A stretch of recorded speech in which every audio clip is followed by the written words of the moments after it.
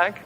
Okay, so this is where it got really exciting for me was when we started getting into radioactivity, because it turns out all of these things are related, and I'm a connectedness guy, so I really like connections, how all of these things interrelate. Unfortunately, I'm going to skip over some of the radioactivity stuff, but I do want to show you this diagram. So it turns out that there's strong evidence that there was a lot of radioactive decay that happened during the flood.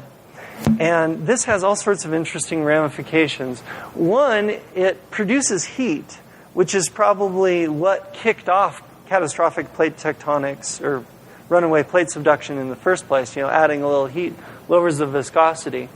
And it turns out that actually stretching space, the diagram there, is also a good way of getting rid of heat.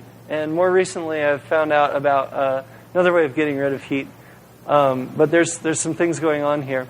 And this turns out to also have ramifications for human health, because it means that we had a radioactive environment after the flood.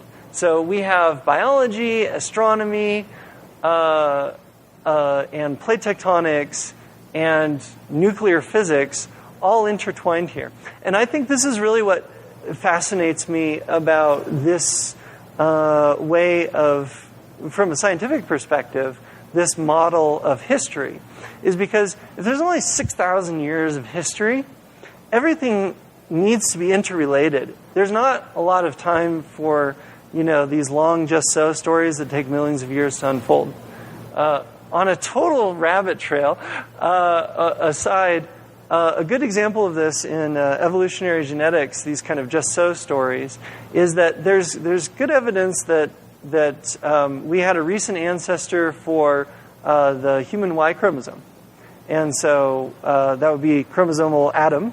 And there's a good evidence that we have evidence that there's a recent mother, mitochondrial Eve.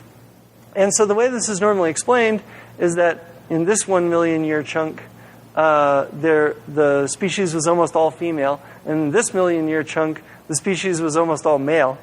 And this whole story takes a long time, and it's entirely based on just trying to rationalize the evidence from an atheistic perspective, instead of just saying, yeah, we found Adam and Eve.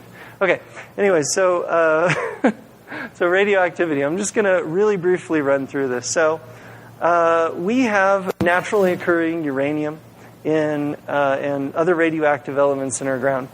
And so radiation is either energy in the form of gamma photons or particles that are emitted. And they emit heat, and they can also cause damage, which is why you shouldn't walk around with plutonium in your pocket. There's several reasons for doing that. So there's this is a photo of a group from the Institute for Creation Research. They had a project called the RATE Project, which is the Radioactive Age of the Earth. Hey, I got an acronym.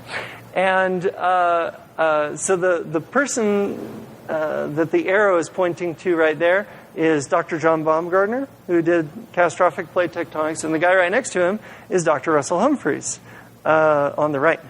So these are people are working together, and basically what they found was that most of the radioactive decay happened during the flood. We don't really have a clear idea of why this happened. We just know that it did happen. And so without getting into all of the evidence of it, the short version is that this has big consequences for human health, because radiation does not do nice things to your DNA. So this is a picture of a guy, radioactive Boy Scout. I think I wrote about this in Reader's Digest. Really smart kid, decided to build his own nuclear reactor in a shed. So maybe he was not a smart kid. But the marks on his face are actually radiation damage. So I actually don't know if he's still alive. I have these weird sways between really positive things and really negative, but that's the way life is, right? The good is really good. God is good, and the evil is really evil. And that's what I find more and more through science. So